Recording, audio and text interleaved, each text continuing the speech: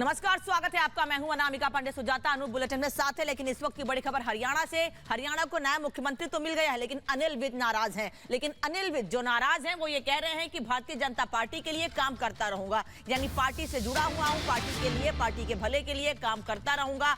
अनिल विज ये बात कह रहे हैं। दरअसल कल जो बैठक हुई थी उसके बाद अनिल विज नाराज होकर उस बैठक से कुछ देर के बाद चले गए थे और तब कयास लगाए जा रहे थे कि क्या अनिल विज अब भविष्य में पार्टी के लिए काम करेंगे या पार्टी से जुड़े रहेंगे। लेकिन अनिल विज ने साफ कर दिया है कि वो बीजेपी के लिए काम करते रहेंगे।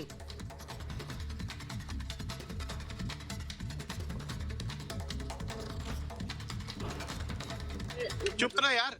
मैं भारतीय जनता पार्टी का अनन्य परिस्थितियां बदलती रहती हैं, लेकिन मैंने हर परिस्थिति में बीजेपी के लिए काम किया है और अब भी करूंगा, पहले से कई गुना ज्यादा करूंगा। आपको बता दें कि आज नए मुख्यमंत्री नायब सैनी को अपना विश्वास मत हासिल करना है। फ्लोर टेस्ट होगा, विधानसभा पहुंचने लगे हैं विधायक। आपको बता दें कि नायब सिंह सैनी ने कल ही हरियाणा के मुख्यमंत्री के तौर पर शपथ ली है निर्दलीयों के सहयोग से। उनका दावा है कि 48 विधायक उनके साथ हैं कुल मिलाकर, और आज उन्हें फ्लोर टेस्ट देना है। 48, इसमें 41 बीजेपी के और बाकी सब निर्दलीय हैं जो उनका समर्थन कर रहे हैं। और तस्वीरें कल की हम आपको दिखा रहे हैं। आज फ्लोर टेस्ट कराना है। हालांकि ये जानकारी भी है कि जेजेपी इसमें शामिल नहीं होने वाली। आज फ्लोर टेस्ट है सर, पास हो पाएगा? किस तरह से तैयारी है? कितने विधायकों की होना है? तो एक सेरेमोनियल चीज है जो हो रही है और कल डेमोस्ट्रेट हुआ 48 एमएलए हैं और जेजेपी में भी अभी वो अनडिसाइडेड उनकी वहाँ के लिए कुछ मेंबर आए हैं, वो भी नहीं। तो एकदम नई चीज ऐसी हुई है। पर ये है कि ये तो एक सेरेमोनियल कैरी आउट करना है, हो जाएगा, आराम से हो जाएगा। जेजेपी के विधायक भी दे रहे हैं, वोट करेंगे। 5 लीडर हैं, कुछ इस कह नहीं सकता वो वोटिंग राइट है कि नहीं, इशू है कि नहीं, इस मामले में थोड़ा सा भी क्लैरिटी नहीं है। और सरकार के लिए कोई नहीं क्लियर है वो तो। एक लेना इस तरीके से विश्वास पर किया जा रहा है, क्योंकि एक गठबंधन था टूटा है, टूटने के बाद एक परंपरा है। इंग्लैंड का कॉन्स्टिट्यूशन टोटल कन्वेंशन है।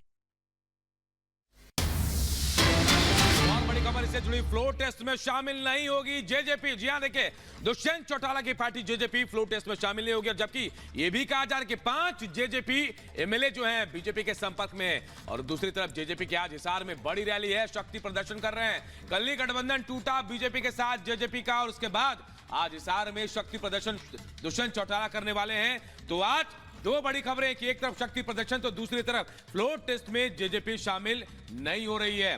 5 जो बीजेपी के विधायक हैं वो शामिल हैं। सूत्रों के हवाले से खबर आ रही है कि वो बीजेपी के संपर्क में हैं।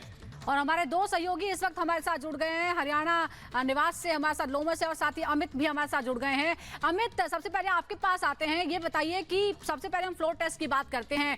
क्या तैयारियां हैं? कितने लोग पहुंच रहे हैं? क्या जेजेपी के विधायक भी आएंगे, वो विधायक जो अलग हो सकते हैं दुष्यंत से?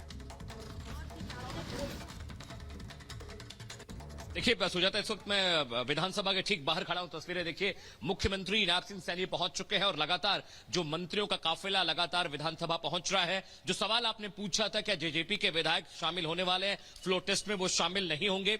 वहां पर रैली है हिसार में, तो ज्यादातर जो विधायक हैं वो दुष्यंत चौटाला के साथ उस रैली में शामिल होने के लिए पहुंचे। लेकिन मैं आपको बताऊं कि जेजेपी की जरूरत नहीं है। 48 विधायकों का जो आंकड़ा लगातार बीजेपी दावा कर रही है वो नंबर्स उनके पास है। और फ्लोर टेस्ट सिर्फ समझिए कि एक फॉर्मेलिटी भर है, क्योंकि नायब सिंह सैनी ने कल ही कहा था कि हमारे पास 38 विधायकों का 48 जो हमारे पास विधायक है उनका नंबर हमारे पास है। तो ये सिर्फ एक फॉर्मेलिटी समझिएगा।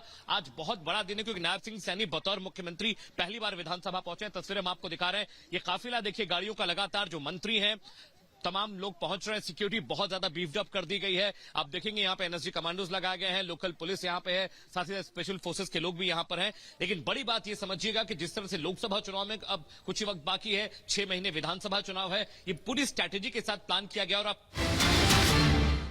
को भारत लाके उनके बच्चों को रोजगार देना चाहते हो? मेरी तो ये बात बिल्कुल समझ से परे है। बीजेपी वाले पूरी दुनिया से बिल्कुल उल्टा चल रहे हैं। पूरी दुनिया में कोई भी देश अपने पड़ोसी देशों के गरीबों को अपने घर नहीं लाना चाहता। पड़ोसी देशों के लोगों को अपने देश में आने से रोकने के लिए पूरी दुनिया में हर देश तरह तरह के कानून बनाता है, बॉर्डर पे दीवारें लगाता है, बॉर्डर पे बिजली की तारें लगाई जाती हैं ताकि पड़ोसी देश का कोई भी व्यक्ति हमारे देश के अंदर ना आ सके। बीजेपी शायद अकेली पार्टी है पूरी दुनिया की जो पड़ोसी देश के गरीब लोगों को अपने देश में घुसाने के लिए दरवाजे खोल रही है, बिल्कुल उल्टा कर रही है। एक और बात है सोचने की, पिछले 10 सालों में 11 लाख से ज़्यादा भारत के बड़े बड़े अमीर उद्योगपति और व्यापारी भारत छोड़ के चले गए। ये लोग भारत में फैक्ट्री चलाया करते थे, इंडस्ट्री चलाया करते थे, बड़े बड़े व्यापार किया करते थे, लाखों लोगों को नौकरी देते थे, रोजगार देते थे। ये बीजेपी की गलत नीतियों और उनके अत्याचार से तंग आके भारत छोड़ के चले गए। अगर बीजेपी को लाना ही है तो इन लोगों को वापस भारत लेके आओ ना, जो भारत छोड़ के चले गए। ये भारत आएंगे, इनके पास पैसा है, भारत में इन्वेस्ट करेंगे, नई नई फैक्ट्रियां खोलेंगे, नए नए व्यापार खोलेंगे, अपने बच्चों को रोजगार मिलेगा। ये क्या बदतमीजी है कि बांग्लादेश के, पाकिस्तान के और अफगानिस्तान के लोगों को हमारे देश में लाके बसाएंगे और उनको हमारे बच्चों के हक के रोजगार उनको देंगे। ये लोग कह रहे हैं कि 2014 के पहले आए हुए घुसपैठियों को इन नागरिकता दी जाएगी। ऐसा नहीं है, ये तो शुरुआत है। एक बार ये सिलसिला चालू हो गया, एक बार दरवाजे खुल गए तो फिर बहुत बड़ी संख्या में पाकिस्तानी और बांग्लादेश से लोग भारत में आने लगेंगे। आज बीजेपी कह रही है 2014 के पहले आए हुए लोगों को ही नागरिकता दी जाएगी। देख लेना, अगले चुनाव में ये बीजेपी वाले इस तारीख को बढ़ा के 2024 कर देंगे कि 2024 के आए हुए पहले वाले लोगों को दी जाएगी और फिर इसे और आगे बढ़ा देंगे। मोटी मोटी बात यह है कि पाकिस्तानियों और बांग्लादेशियों के लिए भारी संख्या में भारत आने के लिए बीजेपी सरकार ने दरवाजे खोल दिए। ये देश के लिए बेहद खतरनाक है और इसका सबसे ज़्यादा खामियाजा उत्तर पूर्व नॉर्थ ईस्टर्न स्टेट्स भुगत रहे हैं, खासकर आसाम। आसाम के लोगों की भाषा और संस्कृति खतरे में पड़ चुकी है क्योंकि वहाँ पे बांग्लादेश से इतनी बड़ी संख्या के ऊपर इलीगल माइग्रेशन हुआ है। अब बीजेपी कह रही है कि इलीगल माइग्रेंट जो आए हैं उनको हम नागरिकता देंगे, उनको हम बसाएंगे, आसाम में बसाएंगे। आसाम के लोग बहुत नाराज़ हैं। एक तरह से देखा जाए तो हेमंत बिश्व शर्मा जो बीजेपी के मुख्यमंत्री हैं, उन्होंने धोखा दिया अपने लोगों को। अपने आसाम के लोगों की खातिर उन्हें सीए का विरोध करना चाहिए था। उन्हें कहना चाहिए था कि आसाम के लोगों की संस्कृति और भाषा दोनों खतरे में हैं, ये बिल्कुल बर्दाश्त नहीं किया जाएगा। तो दोस्तों, पूरे देश की मांग है कि सीए को वापस लिया जाए। हम किसी हालत में अपने बच्चों की नौकरियां, अपने बच्चों के रोज़गार दूसरे देश के लोगों को किसी हालत में नहीं देंगे। और अगर बीजेपी नहीं मानती तो इसको वापस नहीं लेती तो इस चुनाव के अंदर बीजेपी के खिलाफ वोट करके आप अपना गुस्सा जाहिर कीजिए। नमस्कार। तो दिल्ली के मुख्यमंत्री अरविंद केजरीवाल को सुन रहे थे आप, जो प्रेस कॉन्फ्रेंस करके सीए पर सवाल खड़े कर रहे हैं। वो कह रहे हैं कि विदेशी लोगों को आप नौकरी देश में देना चाहते हैं, लेकिन जो इस वक्त बेरोजगार हैं उन युवाओं पर ध्यान सरकार का नहीं जा रहा है। विरोध अरविंद केजरीवाल की ओर से भी सीए का सामने आया है, लेकिन सवाल बार बार यही है कि भारतीय जनता पार्टी ने साफ कहा है कि किसी की नागरिकता इससे नहीं जाएगी। सरकार लगातार ये बात कह रही है किसी की नागरिकता को कोई खतरा नहीं है, लेकिन विपक्ष अपनी राजनीतिक रोटी सीख रहा है। तो देश में सीए लागू होने के बाद देश भर में खुशियां मनाई जा रही है। अब पाकिस्तान, बांग्लादेश, अफगानिस्तान और सिंध से आए शरणार्थी जश्न मना रहे हैं, तो वहीं इस पर जमकर सियासत भी हो रही है। कोई सीए लागू होने पर उसकी टाइमिंग पर सवाल खड़े कर रहा है, तो कोई इसे ध्रुवीकरण की राजनीति बता रहा है। लेकिन सीए पर सियासत करने वालों पर अमित शाह ने जोरदार हमला बोला है। पूरी रिपोर्ट में पूरी खबर आपको बताते हैं।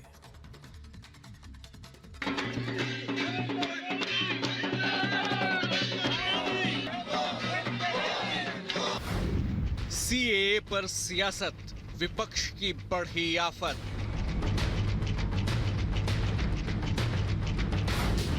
मोदी देंगे शरण, इंडी का तुष्टीकरण।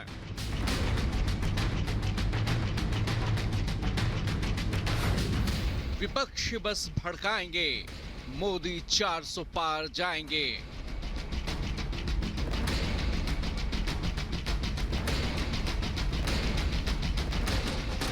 बरसों से बेबसी और बेकदरी की जिंदगी जी रहे लोगों का ये जश्न बता रहा है कि मोदी की गारंटी ने इन्हें सर उठाकर जीने का मौका दिया है।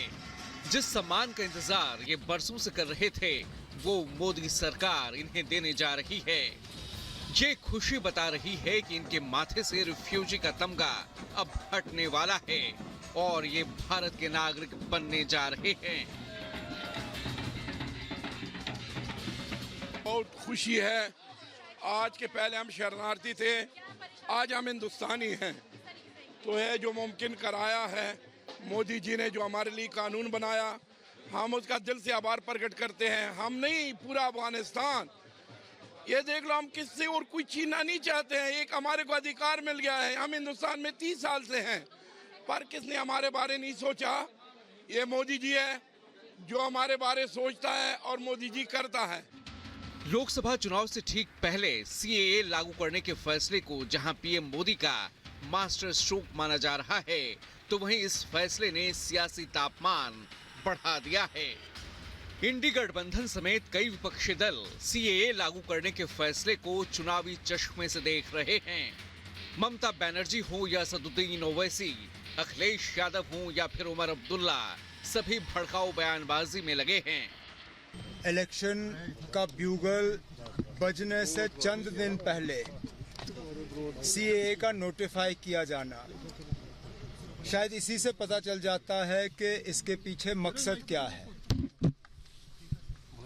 जाहिर सी बात है कि बीजेपी मजहब का इस्तेमाल करना चाहती है आने वाले पार्लिमानी इलेक्शन में। सीएए को आपको एनपीआर और एनआरसी से जोड़कर देखना जरूरी है।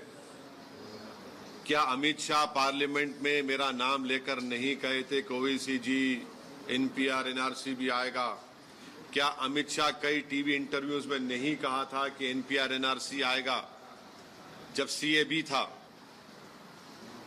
बाद में सीएए वो एक्ट हो गया, वो जब सीएबी बिल था, जब उनका ऑन रिकॉर्ड इंटरव्यू है पार्लियामेंट में, उन्होंने कहा है। सीएए लागू होने के बाद सबसे ज्यादा बौखलाहट पश्चिम बंगाल के सीएम में देखा जा रहा है। जो कानून नागरिकता देने का काम करेगा, उसे लेकर दीदी अल्पसंख्यकों में भ्रम पैदा कर रही हैं। अपनी बात में वजन डालने के लिए सीएम ममता ने रमजान का सहारा लिया। एनआरसी करते देबो ना, कारो अधिकार काटते देबो ना, काउके वंचना करते देबो ना, काउके लांछना करते देबो ना। এর জন্য যদি আমার জীবনও যায়, আমি জীবন দিতে তৈরি। বাংলার মানুষের অধিকার আমি কিছুতেই কাটতে দেব না। ममता सरकार लगातार सीएए की खिलाफत करती रही हैं। आखिर इस डर की वजह क्या है, ये जानना भी जरूरी है। दरअसल देश में 3 से 4 करोड़ मतुआ हिंदू समुदाय के लोग हैं।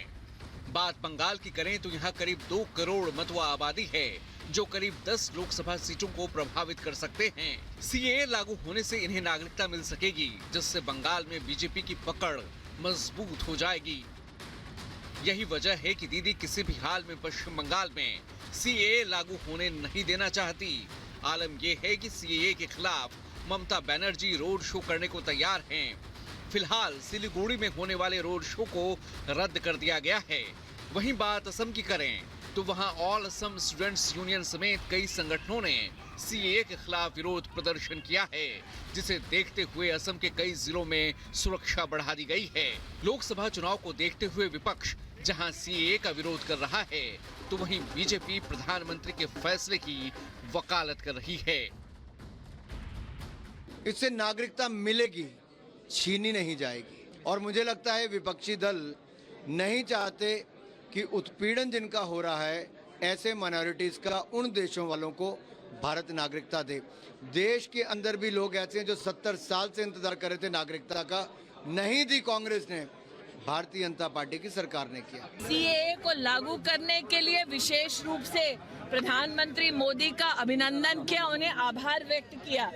निश्चित रूप से ममता बंदोपाध्याय जानबूझकर वोट बैंक की राजनीति के लिए कुछ समुदायों को भड़काएगी, लेकिन हर हिंदुस्तानी जानता है कि नरेंद्र मोदी का ये निर्णय न्याय संगत है, ह्यूमन डिसीजन। सीएए लागू होने से जहां करोड़ों शरणार्थियों को नागरिकता मिलने की उम्मीद जगी है, वहीं विपक्ष को डर है कि कहीं सीएए उनके सियासी समीकरण ना बिगाड़ दें। यही वजह है कि इंडी गठबंधन के कई नेताओं ने डर वाली सियासत शुरू कर दी है। विशेष समुदाय को भड़काकर ध्रुवीकरण की कोशिश की जा रही है।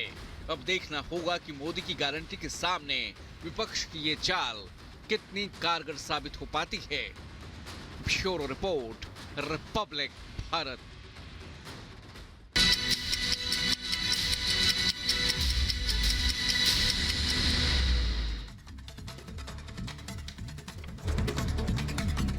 आज इलाहाबाद हाई कोर्ट में मथुरा कृष्ण जन्मभूमि मामले पर सुनवाई। 18 मामलों को लेकर दाखिल याचिका पर होगी सुनवाई। जस्टिस मयंक कुमार जैन की सिंगल बेंच करेगी सुनवाई। माफिया मुख्तार अंसारी हथियारों के फर्जी लाइसेंस मामले में दोषी करार। वाराणसी की एमपी एमएलए कोर्ट आज सुनाएगी सजा। मुख्तार को हो सकता है आजीवन कारावास। दिल्ली शराब घोटाले में मनीष सिसोदिया की क्यूरेटिव याचिका पर आज सुप्रीम कोर्ट में सुनवाई होगी। सिसोदिया की जमानत याचिका सुप्रीम कोर्ट ने 30 अक्टूबर को खारिज कर दी थी। हरियाणा के नए मुख्यमंत्री नायब सिंह सैनी का फ्लोर टेस्ट को लेकर बड़ा दावा। 48 विधायकों के समर्थन का दावा किया। हरियाणा के सीएम बनने के बाद नायब सिंह सैनी ने आज विधानसभा सत्र बुलाया। सदन में बहुमत साबित करेगी बीजेपी सरकार। हरियाणा में बीजेपी से गठबंधन टूटने के बाद जेजेपी की आज बड़ी रैली। हिसार में दुष्यंत चौटाला का शक्ति प्रदर्शन। यूपी के आगरा में भीषण आग का तांडव। 2 बस और 1 ऑटो में आग लगने से अफरा तफरी मची।